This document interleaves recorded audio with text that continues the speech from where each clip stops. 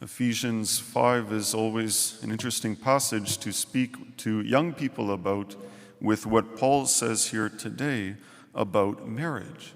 But in order to understand that well, we have to see that he's trying to use the analogy of marriage as pointing towards the union of Christ and the church. Marriage is one of the visible signs of the love of Christ for his church. I love that sometimes at our weekday masses and at other times, we have married couples who come, and young married couples, but also especially old married couples. And I don't want to put any of you in that category because you might get mad at me, but like couples who've been married for a long time, because it's good, right? It's inspiring. It's something that points towards Christ. It points towards not only Christ, but his love for us. St. Paul says that marriage is like a sign pointing towards the marriage of Christ and the church. Our Lord Jesus saw himself as the bridegroom coming to marry his bride, the church, wanting to be so closely united to us that the two even become one flesh. And so for us, we see that in many awesome ways lived out in marriage, but even that is just a hint pointing towards our union with God. A few things about marriage reflecting today on Ephesians 5. The first one that we see is the indissolubility of marriage, right? That marriage is indissoluble. What God has joined together, let no man separate. And this points to the forever love of God, right? That God's love is unconditional, that it is forever, that on his side there is no blockage, that he wishes to be totally united to us forever. It's amazing when we see marriages, especially old marriages.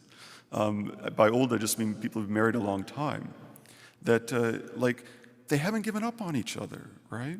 That they've forgiven each other. That this can last forever. It inspires us to think maybe God's love for us can last forever too. In marriage too, we believe that marriage is a sacrament. That it is, by sacrament, we mean many things, but one of them is that it's pointing towards something much greater. It's a sign pointing towards Christ, pointing towards our union with Christ, the bridegroom coming to marry his bride, the church. And then as well in marriage, we see that it's reciprocal, right? That it's a give and take. It's both people in it for each other. And this is lived out in marriage in so many different ways, is also true of our union with God. With Christ, he wants to give us everything, right? He pours out his body and his blood for us. He's fully there on his side.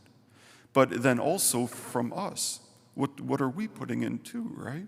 Are we all in this relationship, in this union with God too? Are we committed? Are we disciplined? Are we, and again, like a lot of that is stuff that you see in married couples, those virtues that are needed every day in order to make this relationship work. And then as well in marriage that there is fruit, right? That it's something that is meant to bear fruit. And we see, especially in our relationship with God, that Christ's love for the church, that it's a fruitful relationship. He's giving birth or bringing forth through this relationship many saints for the church, right? Many saints who are going out and who are having a huge impact on our world. And so today we are given to reflect upon marriage, and for some you are married, for others we are not married, but for all of us we can appreciate both like the human marriages, the marriages that we see, right? The marriages that we experience in our own lives and the beauty of that, but then also how that leads us closer to God. It gives us greater hope